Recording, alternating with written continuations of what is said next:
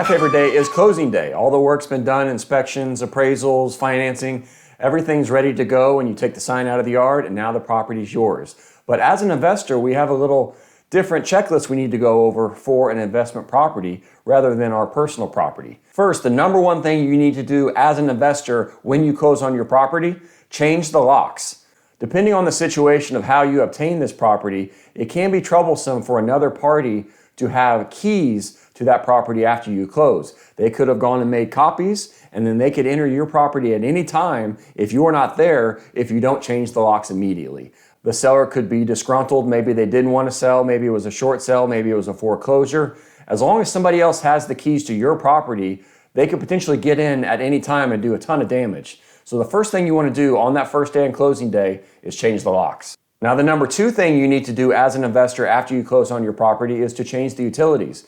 Now this may seem obvious, but oftentimes that can slip through the cracks with everything else going on to try to get to the closing table. If you have contractors coming over to rehab the property, the last thing you want is no power or no water to the house because you forgot to change the utilities. Another tip after you change utilities is to call the power company or the water company and ask what the monthly bill was, the average monthly bill. This will give you a good idea if something's not running efficiently during the rehab process when the property is being vacant. Oftentimes you won't know if there's a slow leak or if the air conditioner is running 24 hours nonstop but not cooling the house unless you have a good idea of what the average utilities are. Number three thing you need to do after you close on an investment property is snake the drain.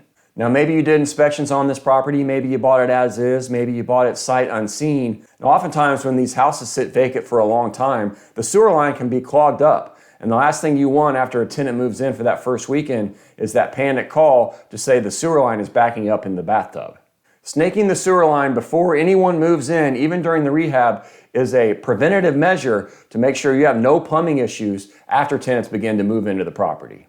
And the fourth thing to do after you close on your rental property is to meet the neighbors. All the neighbors will be pretty curious about what's going on with the property now. And as you're going and meeting contractors and going to the house, if someone's outside, introduce yourself. Oftentimes the neighbors are the best marketing tool for your rental property. I'm Ben Scott with Grit Properties here in Oklahoma City, agent for West and Main Homes. I hope you like this video. Please like or comment below, and I'd love if you'd subscribe.